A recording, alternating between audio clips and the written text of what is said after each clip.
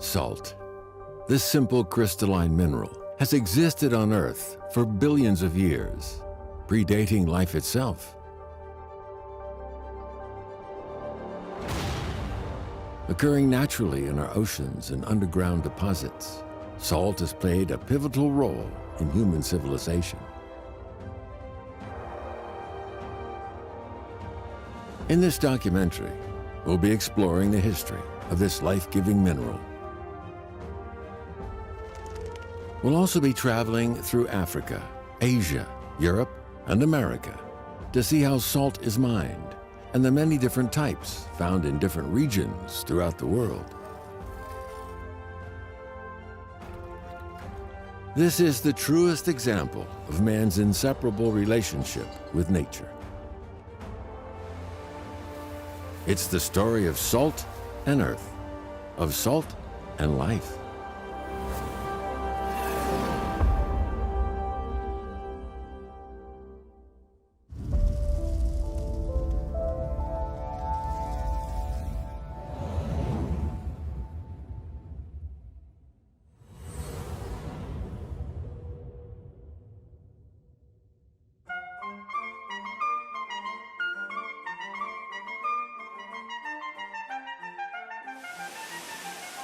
The Austrian city of Salzburg, birthplace of Mozart, nestles in the foothills at the Alps' northern edge. Its breathtaking mountain scenery and Baroque architecture draw throngs of global visitors all year round.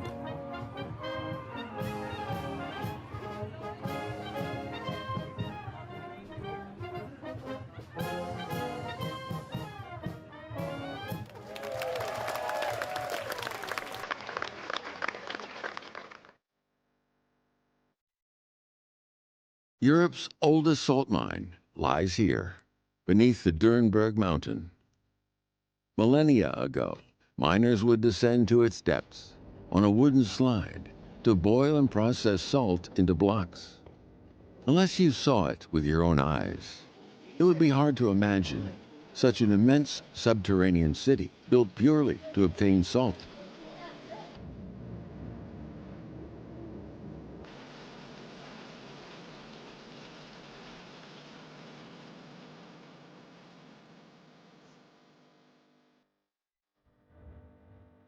The mountain straddles the border between Germany and Austria. 1.5 kilometers underground are two wooden boards, one inscribed Salzburg, signifying the section of the mine belonging to Austria, and the other bearing the legend Bavaria, the German section.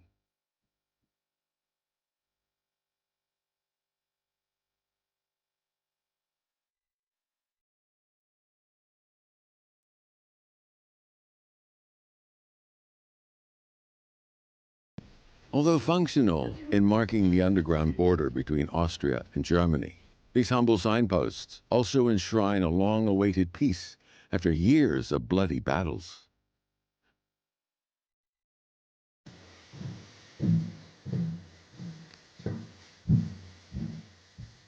This 70-year-old man is a volunteer docent at the salt mine. Mein Name ist Hans Scharteiner. Ich bin hier geboren und habe hier im Salzbergbau Dürnberg 40 Jahre lang gearbeitet. Zurzeit bin ich Pensionist. Ich betreibe eine Landwirtschaft, das heißt, ich habe eine Kuh und eine Ziege, die ich versorgen muss. Und ich beschäftige mich auch natürlich mit der Vergangenheit dieses Bergbaues und mit der Historie. This young man wielding a flashlight, a full-time high school math and PE teacher, is doing his routine inspection of the salt mine before finishing work. He finds the mine's history fascinating.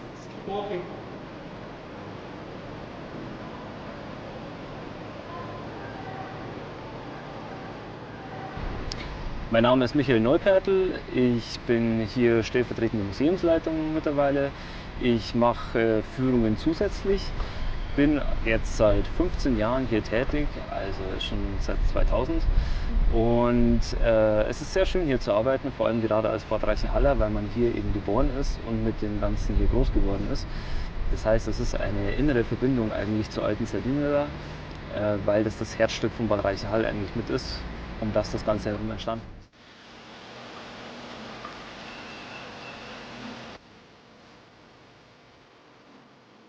What's interesting is that although both the 70-year-old and the 30-year-old are docents at this salt mine, they've never met. That's because Scharteiner lives in Austria and Nortater lives in Germany. They nevertheless smoothly coordinate their work of introducing the salt mine to visitors. A few thousand years ago, they may well have been sworn enemies, ready to slit one another's throats. Auch die Kelten haben solche Steine abgebaut und in den Handel gebracht.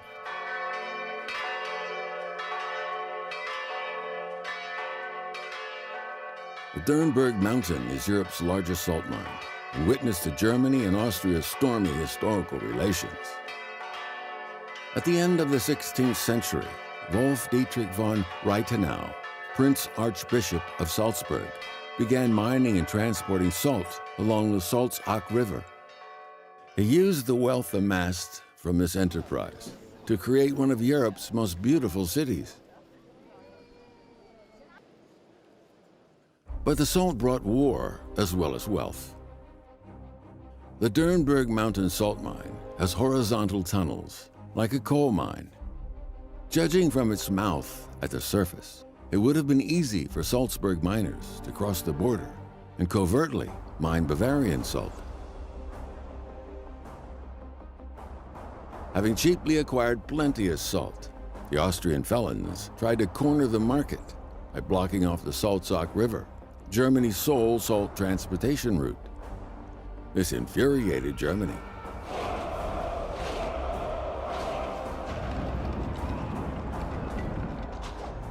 German soldiers consequently marched on Salzburg, and the battle for salt commenced.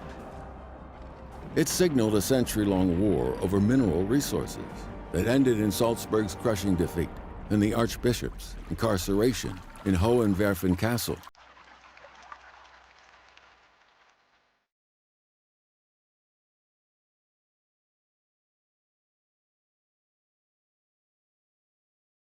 It was not until 200 years later, when the two states' national borders, both above and underground, were redrawn, that they were reconciled. Ensuing treaties included permitting Salzburg miners to work in Bavaria, conditional upon their buying timber for fuel to boil the salts in the Bavarian forest. Two countries' battle for salt finally ended.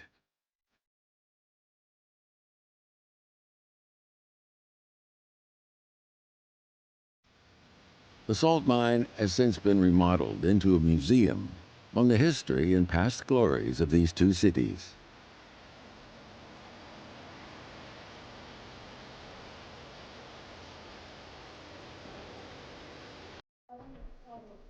Although retired, Tance still likes to go down the mine from time to time. Waren Sie schon mit dem Zug gefahren? Tausende Mal. Tausende Mal. Ja, ja.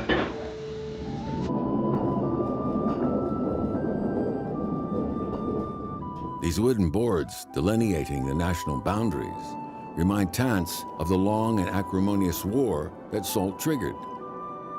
Born and raised here, tales of it are interwoven with his life.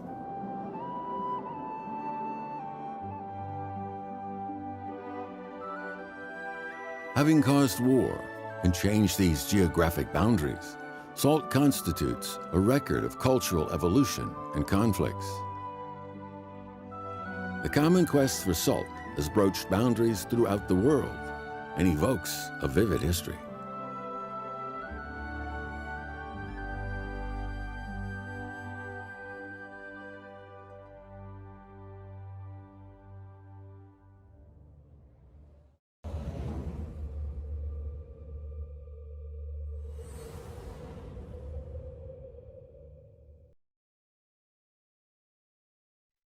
Nature's gift of salts has been a frequent trigger for disputes amid constant conflicts over political power.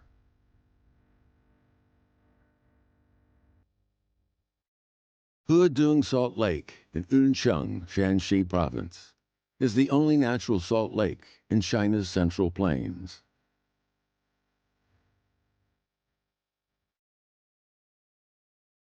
Strong south winds that enter the Yuncheng Basin through the Zhangtiao Mountains each summer cause white crystals to form on the lake's vast surface.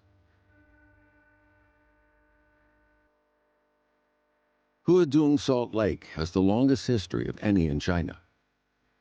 The lake's substantial magnesium sulfate content gives its salt a distinctively tart taste. People living in ancient China's Central Plains generally cooked with the so-called bitter salt.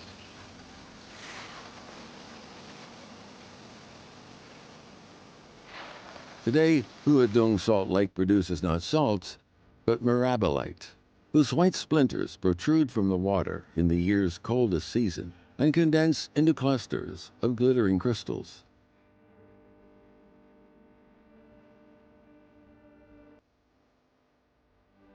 Mirabilite is a raw material for the modern chemical industry, used to produce household goods, like laundry detergent.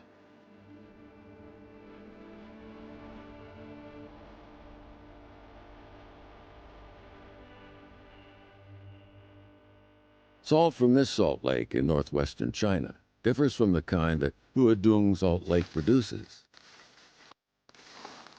Many attribute the noted longevity of people in this area to minerals in the white and turquoise mixture, known as blue and white salt, it produces, and which they cook with.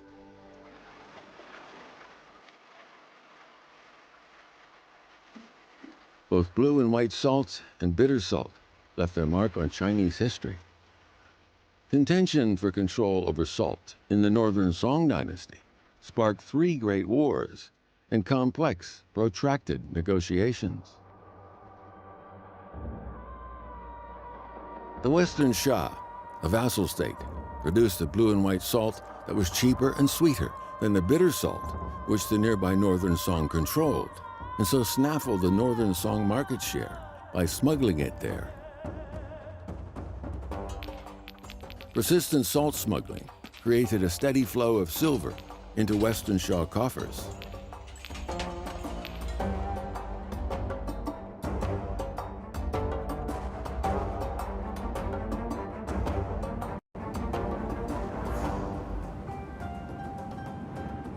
The Northern Song imposed a ban on blue and white salt in efforts to cut off the Western Shah's main source of revenue and prevent it from gaining more power. War soon became imminent. The Western Shah was confident of victory due to its newfound wealth from salt, not to mention its heavy armored cavalry and archers, whose crossbows had the longest attack range of any other. The Tangut people of the Western Shah had, moreover, been raised in this wild desert, so the war seemed balanced in its favor.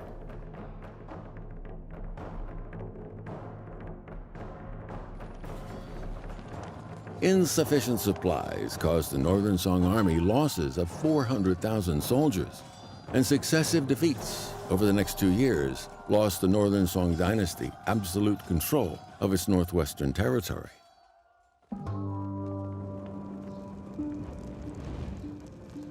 Compelled to compromise, the imperial court's trade sanctions nevertheless sapped the Western Shah's vitality. Neither side capable of another battle, their focus shifted to negotiations.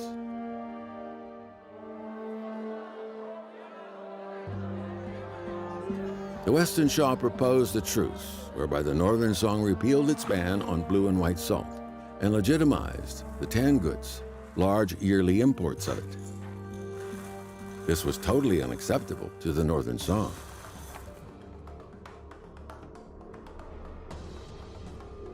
The Western Shah border town of Chengchuan looked more guarded than usual on a winter's day in 1044, when Northern Song envoys arrived to negotiate.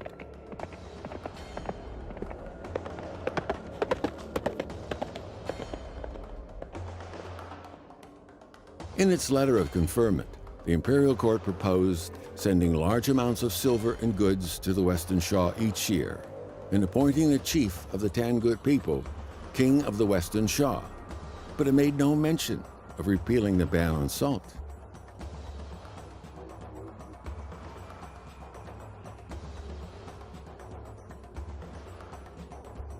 The Song envoys waited anxiously in the guild hall for the Tangut chief, but were greeted instead by 3 low officials who took away the edict with little grace.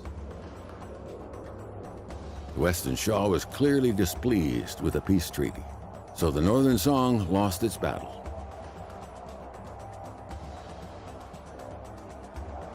But as the Western Shah failed to get the salt ban repealed, neither was victor, and the trade barrier between them remained.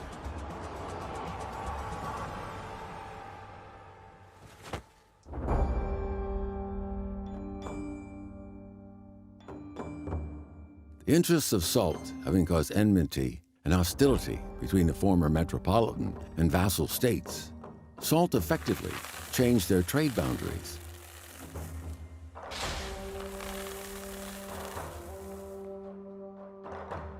There were some who wanted to obtain salt in faraway places, and others who wanted to sell it there. But even this fundamental business activity sparked a succession of conflicts.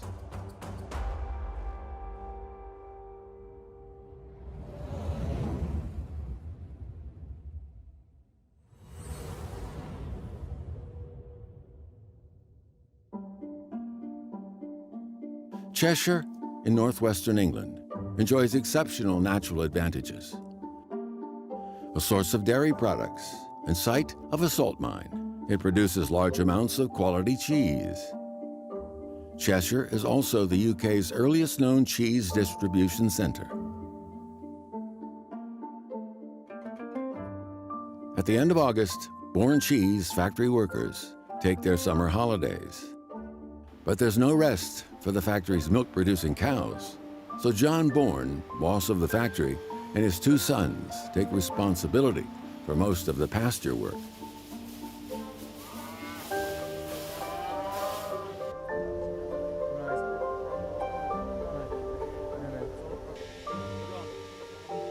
Whenever he has time, Bourne comes to the workshop to make cheese using the most traditional techniques. It has become an indispensable part of his life. The quality of the cheese is certainly different. Of course, I think it's much better. The reason that I'm still making cheese today when most other farms have stopped is that I just have a passion for quality cheese. It's about passion. There has to be some passion involved. The Bourne Cheese Factory is one of the best-known local cheese manufacturers. Having started making cheese in 1700, the Bourne family still uses Cheshire's most traditional cheese-making techniques. Salt is a crucial element of cheese-making. Though cheese made with sea salt tastes fine, it just isn't as sweet as that made with Cheshire salt.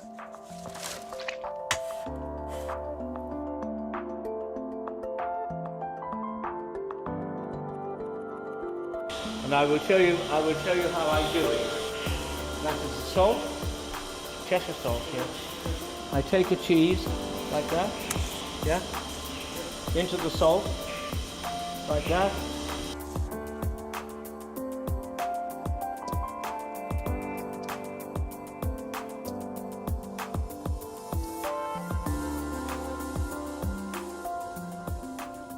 Cheshire salt is extracted by heating brine from the salt caves in big iron pans. Before refrigeration equipment was invented, 1 pound of salt would be added to every 10 pounds of cheese. Keep it fresh for extended periods. Salt has a number of parts to play in quality cheese. The first is that it acts as an initial preservative. When the cheese-making process is finished, before the bacteria fully develop and before they fully develop the acid levels, the inclusion of salt will do 2 things. It'll stop the development of some harmful bacteria, It will also slow down the acid development within the cheese, which is very important. And not least, it adds to flavour. It's very important for flavour because salt added to anything will bring the flavours out.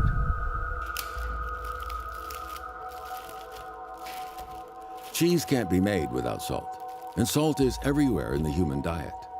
Humble though it may seem, this ingredient is nevertheless essential. The history of Great Britain tells of how cheese accompanied sailors on their voyages across different borders and prompted wars.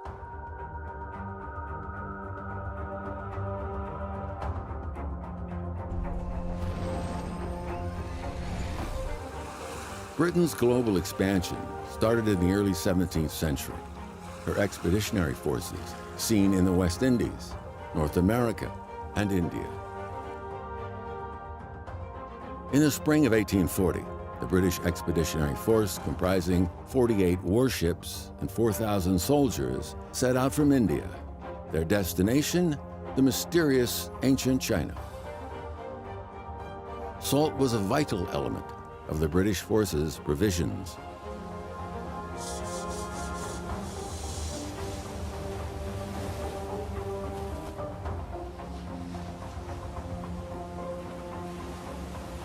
Soldiers had no time to be lonely on their long voyage because they had much to do. British warships set aside special cabins to store salt and pickled foods.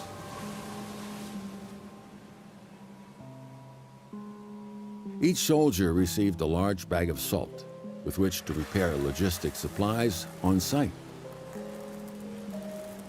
They indeed spent half of each day at sea on the vital task of salting fresh meat to prevent it from spoiling. As there was no canned foods, cheese, in addition to ham and bacon, was a fundamental ration for the expeditionary forces. At the beginning of this colonial expansion, salt was used as both ballast and preservative.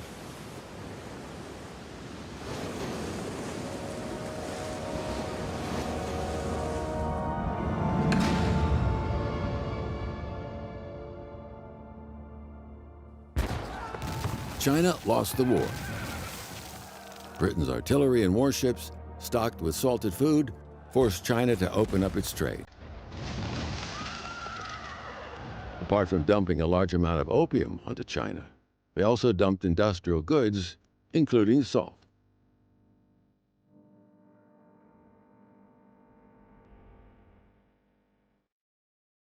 Salt taxes accounted for half of the Qing government's national revenue at the time. Opening up its salt trade to Britain, therefore, was equivalent to surrendering China's economic lifeline. Over the 70 years from 1840 to 1913, the Chinese government lost its grip on this last economic straw as Britain purloined its right to manage salt.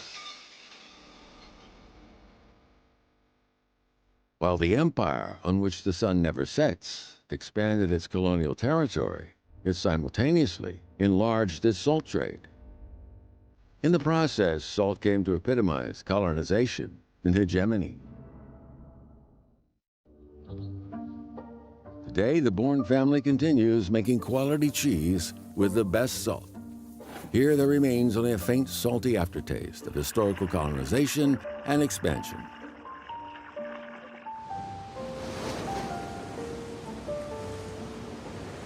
In Europe, salt broke boundaries between countries in the traditional sense. Along with colonialist ships and arms, it provoked a succession of colonial and anti-colonial wars that changed the global landscape.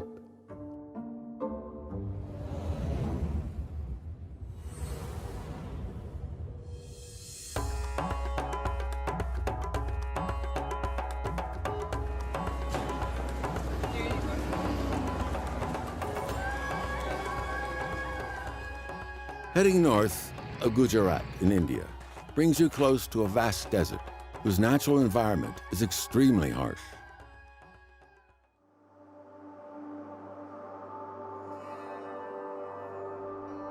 But then an area of salt fields comes into view.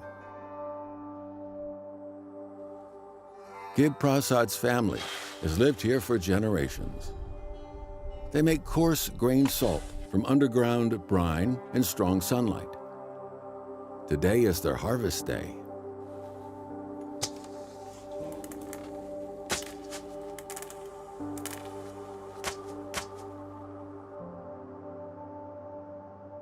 They produce salt under piteously harsh conditions, but can trade it freely.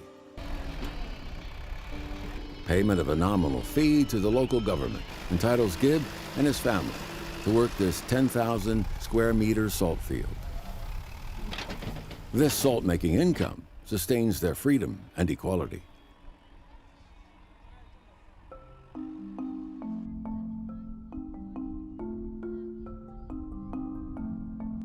Nomad peoples live on the edge of this sparsely populated desert.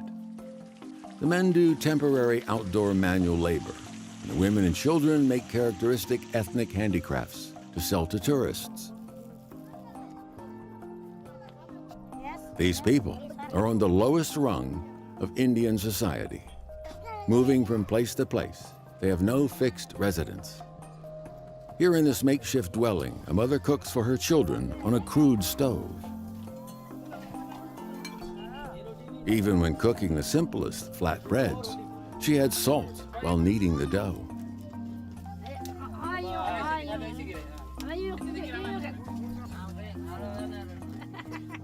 Today, all Indian people, regardless of class or region, enjoy free and equal access to this condiment. But 100 years ago, salt was a luxury for the vast masses of people here.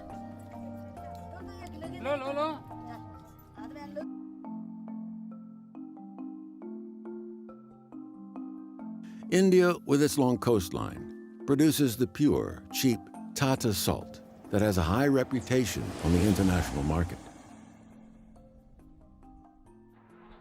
Having colonized India in the early 19th century to maintain its salt monopoly, Britain imposed taxes on Indian salt, and through legislation and raising salt taxes, banned the sale of Tata salt on the international market. The idea was to restrict the possession of salt to all but Britain.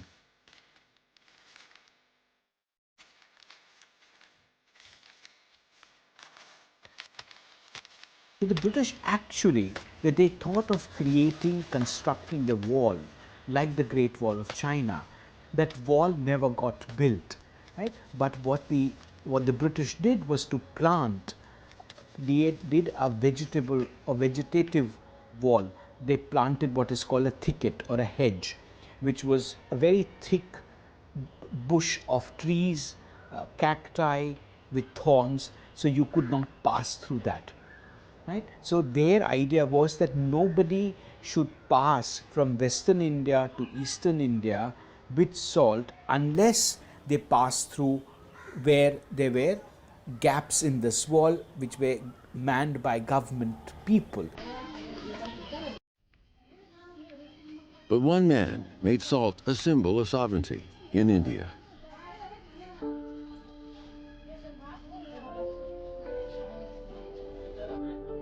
It was this very man who successfully fought British colonization 100 years ago and empowered India to give all Indian people the right to make salt. The man was Mahatma Gandhi.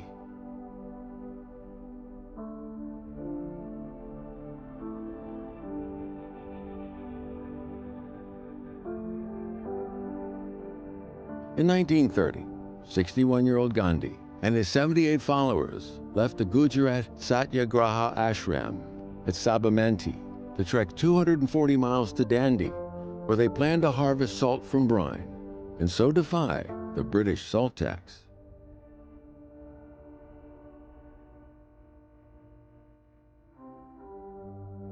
This was the independence movement, outstanding in Indian history, called the Salt March.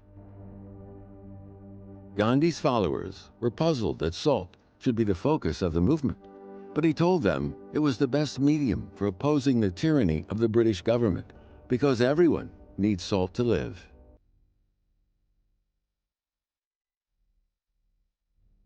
So before he actually begins to think of this march, Gandhi has practiced living on a saltless diet for a very long period. So he knows what the absence of salt could actually mean. 25 days later, Gandhi arrived at Dandi, intent on eradicating colonial trade and competition. By then, his followers had expanded from 78 to over 10,000.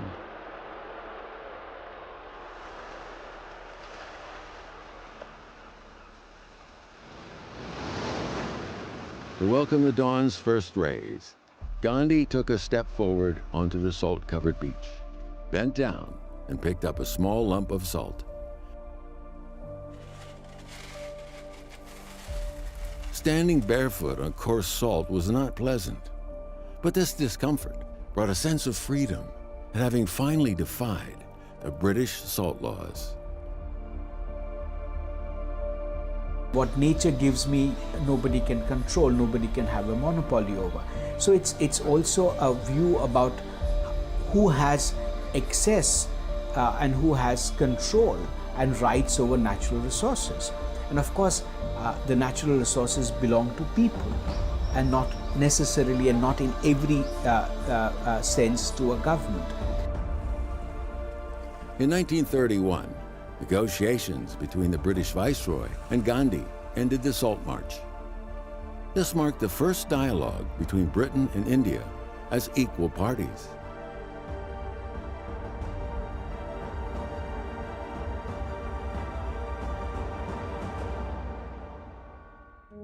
Today, Indian people living by the sea may collect the salt they need for daily consumption. This signifies a connotation, one that salt never had in history, of symbolizing national sovereignty and playing a constituent part in the anti-colonial struggle.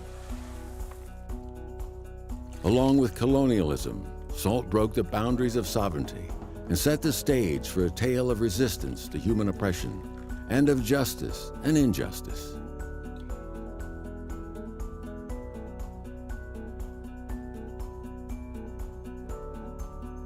Upon switching our lens to America, we find salt has also determined the country's political pattern and direction.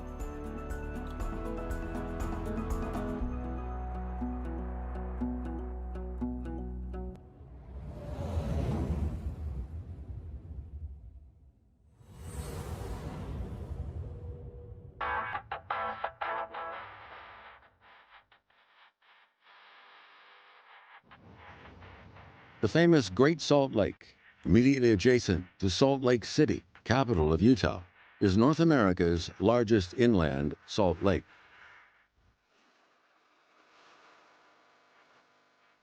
Not all that far from the urban sprawl, it's like an ocean at the gate of a metropolis. The Great Salt Lake landscape, with its azure blue water glistening in the sunlight, is distinct in a desolate way. West of the lake is a dry but dazzling salt beach. This 1.5-meter thick saline alkaline land, covering an area of over 100 square kilometers, is as hard and smooth as concrete. A natural extreme speedway, and indeed a perfect location for all kinds of competitive sports. The fastest race speed on it exceeds 1,000 kilometers per hour.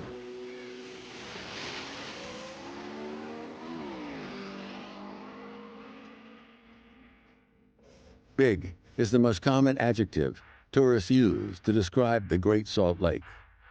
Today, salt is no longer the scarce resource it was in American history, when its value, due to scarcity, often constituted a knife edge between winning or losing a war.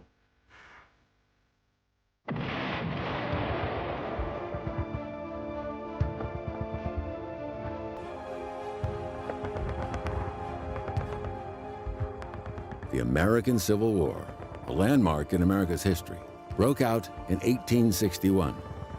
But few people are aware of salt's significance in the conflict.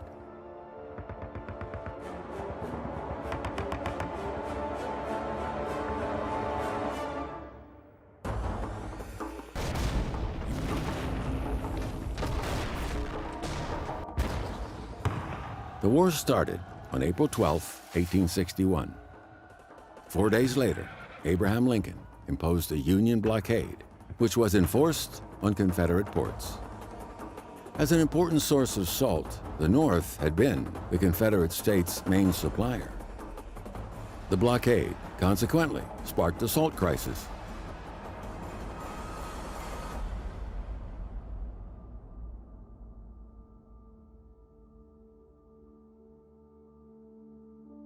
The blockade intensified in the third year of the war. Union armies occupied and destroyed all salt fields in their path and destroyed the water pumps of salt wells. Meanwhile, the Union Navy attacked salt-producing areas along the coast of the Confederacy. The resultant paucity of salt hurt Confederacy morale, and the situation gradually tilted in the Union's favor.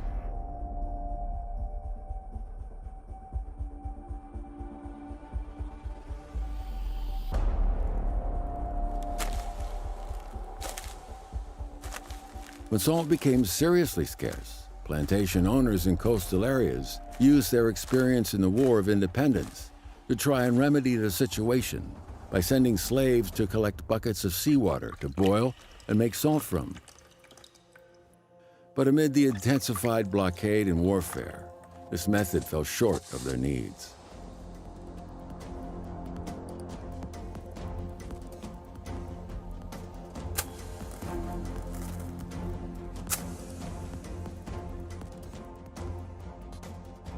There were also some who dug soil from the sites of bacon factories, filtered it with water that they then boiled, and used the salt extracted to cure meat, which made it appear covered in mud.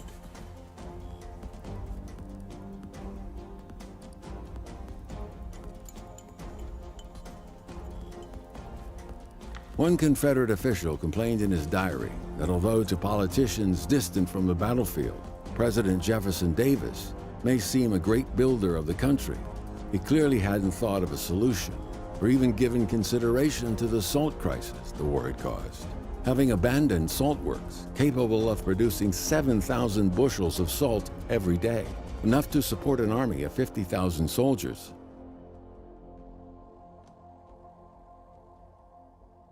Supply shortages inflicted serious economic damage on the southern Confederate states. When the war broke out, a 200-pound bag of salt cost only 50 cents. A year after the blockade, the same bag cost $6. And in the third year, its price was $25. At the beginning of the war, the Confederate Army issued a ration list stipulating that every soldier was apportioned 10 pounds of bacon, 26 pounds of coarse grains, 7 pounds of flour or hardtack, 3 pounds of rice, and 1.5 pounds of salt and vegetables. But the Army had trouble supplying these rations.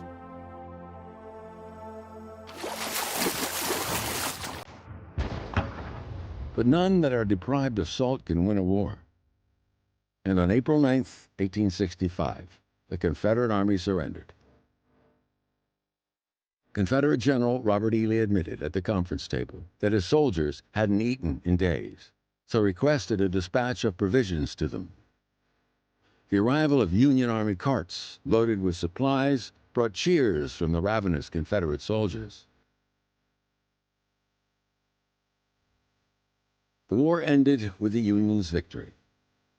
But few realize the part that salt, or the lack of it, played in the conflict. It was indeed salt that reconnected the erstwhile divided territory of the United States. Meanwhile, we may contemplate mists and waves on the tranquil Great Salt Lake that stretches to the far distance.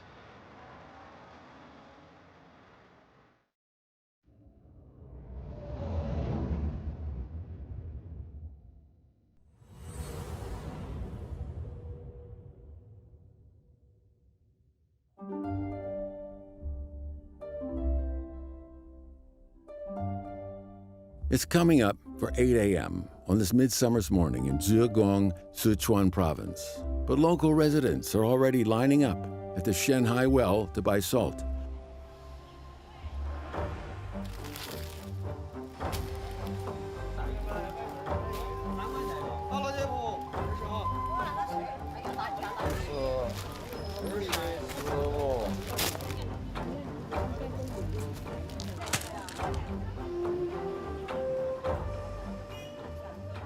Everyone is content to wait in line for their 10-bag quota of handmade coarse grain salt, commonly acknowledged as the best choice for ensuring the authentically tangy flavor of crisp Sichuan pickles.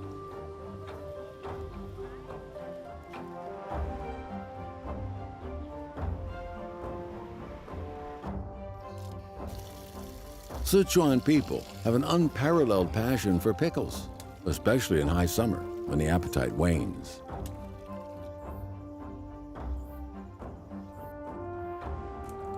A pot of fresh-made pickling brine produces mouth-wateringly piquant pickles by the next day.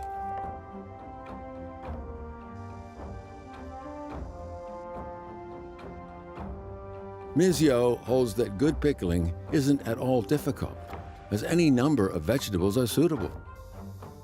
This tastefully colorful assortment also enhances the appetite.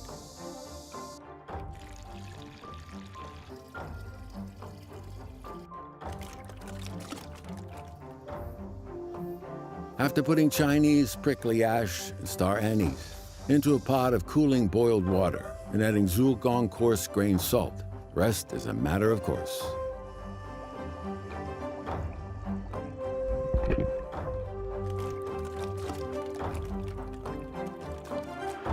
All that remains is to add the fresh ingredients.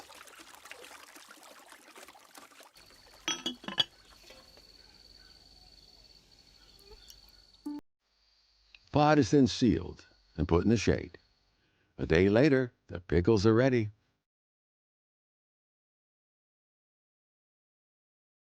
Zhuogong coarse salt offers just the right degree of savor. After slightly dehydrating, the lactic acid bacteria creates the pickles' distinctively tart, piquant, and refreshing flavor. When mixed with chili oil, they are a perfect accompaniment to rice.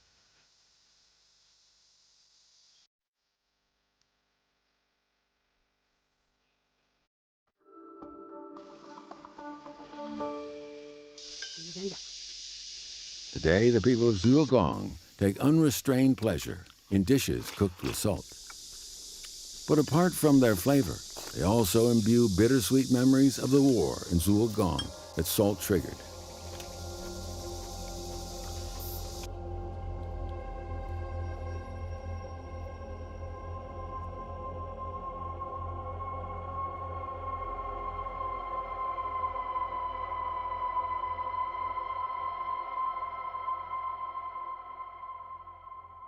The Zhuogong Salt History Museum exhibits a collection of precious black and white photos of the salt-producing scenario here around 80 years ago. They show dense clumps of crown blocks, skeins of serpentine bamboo pipes, huddles of ships in the harbor, and naked, sweat-bathed brine extraction workers.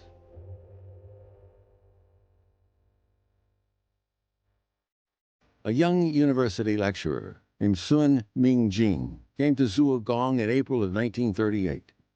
He captured with his camera the struggle of Zhuogong's salt industry amid the flames of war.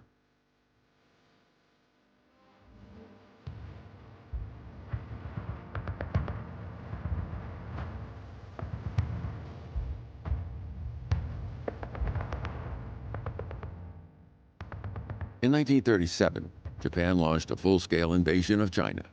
Japanese armies successfully occupied China's main salt production sites. Zhuogong subsequently became a significant domestic salt supplier during the war.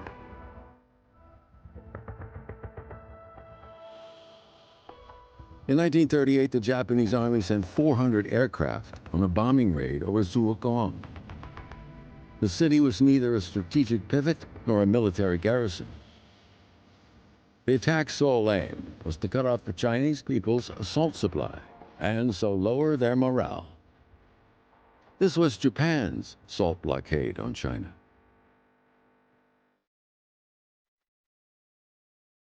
But Zhuogong salt workers made no attempt to escape the Japanese bombardments. They stopped work to extinguish fires and cover wellheads only when the alarm sounded. Brine boiling workers kept working throughout. So Zhuogong salt was in every sense produced from the lifeblood of its salt workers.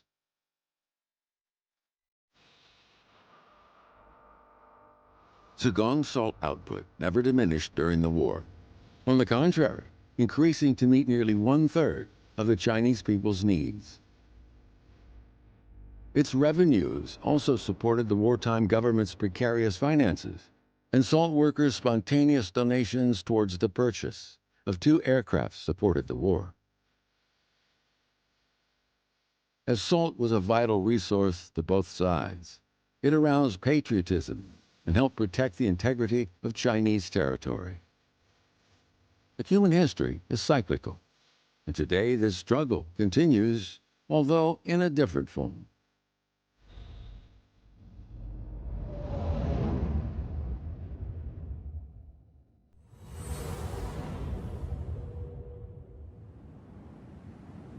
This is the largest white flat area on the Earth's surface that isn't ice. It's the Salar de Uyuni in Bolivia, South America, known as the Sky Mirror. Salt is so plentiful here that local residents have even built houses out of it. Today, many regard Uyuni as a well of abundance due to a rocketing demand for the lithium beneath its white salt bed, which accounts for 40% of the global total, to make batteries for electric vehicles and mobile phones. People the world over consequently have their eyes on this huge, untapped treasure trove.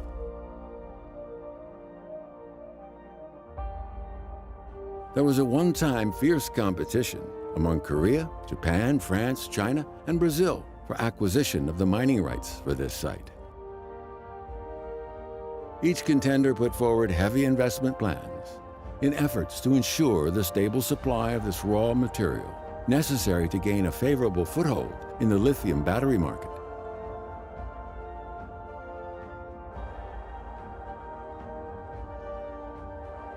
In the past, salt decided the geographical boundaries between countries. Today, competition for access to this new resource will redefine intangible national boundaries.